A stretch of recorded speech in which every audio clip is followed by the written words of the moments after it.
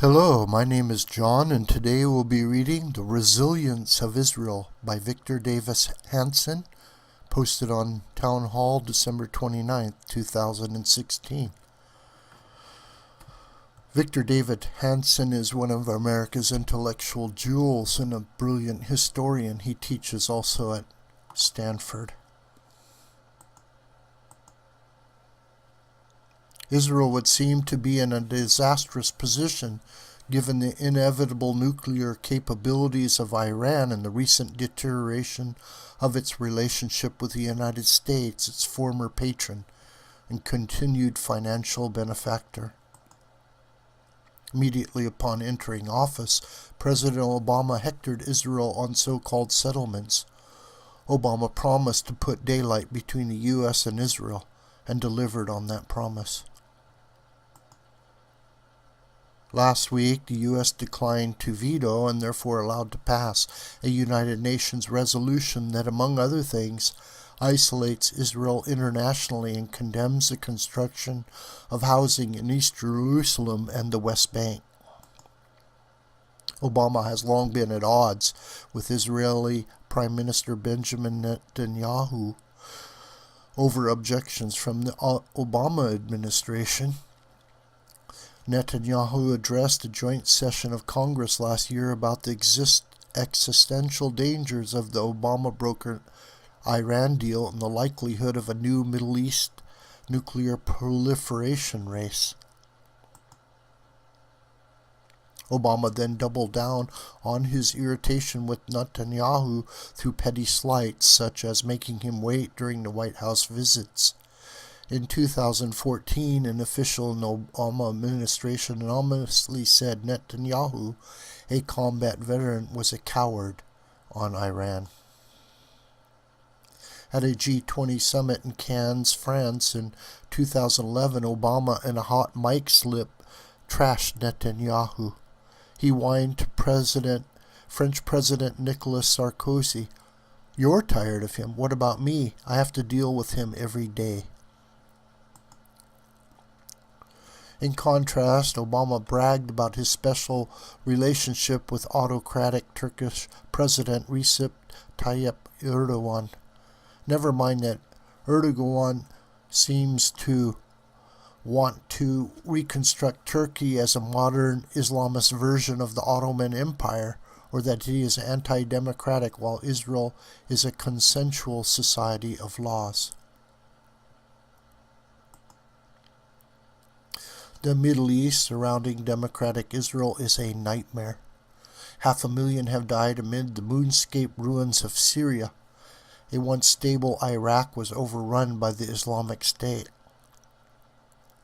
The Arab Spring, U.S. support for the Muslim Brotherhood in Egypt, the coup of General al-Sisi to regain control of Egypt, and the bombing of Libya all have left North Africa in turmoil. Iran has been empowered by the U.S. brokered deal and will still become nuclear. Russia's President Vladimir Putin's bombers blast civilians not far from Israel's borders. Democrats are considering Representative Keith Ellison as the next chairman of the Democratic National Committee, despite his past ties to the Nation of Islam and his history of anti-Israel remarks. Yet in all this mess, somehow Israel is in its best geostrategic position in decades. How? The answer is a combination of unintended consequence, deft diplomacy, political upheavals in Europe and the United States, and Israel's own democratic traditions.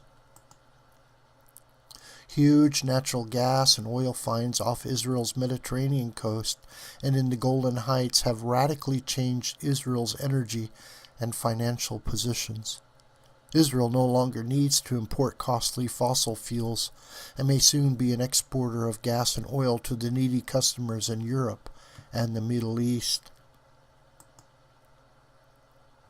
America recently became the world's greatest producer of carbon energy and also no longer is dependent on Middle Eastern oil imports, resulting in less political influence by Arab nations. Israel is creating its own version of Silicon Valley at Beersheba, which is now a global hub of cybersecurity research. The Obama administration's estrangement from Israel has had the odd effect of empowering Israel. Rich Persian Gulf states see Obama as hostile both to Israel and to themselves, while he appeases the common enemy of majority Shiite Iran. After a leading from behind U.S. withdrawal from the Middle East, many Arab nations now see Israel more as a powerful ally against Iran than as an old existential enemy. They also see Israel as a country that has likewise been snubbed by America. The idea of an Arab-Israeli understanding is surreal, but it is developing from shared fears of being targets of Iranian bombing and American indifference. Many of Israel's neighbors are threatened by either ISIS or Al-Qaeda nihilists. Those deadly dangers remind the world that democratic free market Israel is the sole safe port amid a rising Middle East tsunami. Changing Western politics are empowering Israel as well. More than 2 million migrants, for the most part young males from the war-torn Middle East, have terrified Europe, especially after a series of radical Islamic terrorist killings. Suddenly, Europe is far more worried about Israel's neighbors than about lecturing Israel itself. Pushback against the Obama administration extends to its foreign policy. President-elect Donald Trump may be more pro-Israel than any recent U.S. president, and he may be the first U.S. leader to move the American embassy to Israel's capital in West Jerusalem.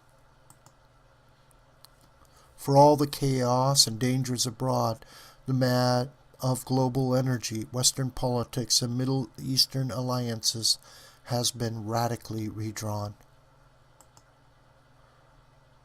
At the center is a far stronger Israel that has more opportunities than at any other time in its history.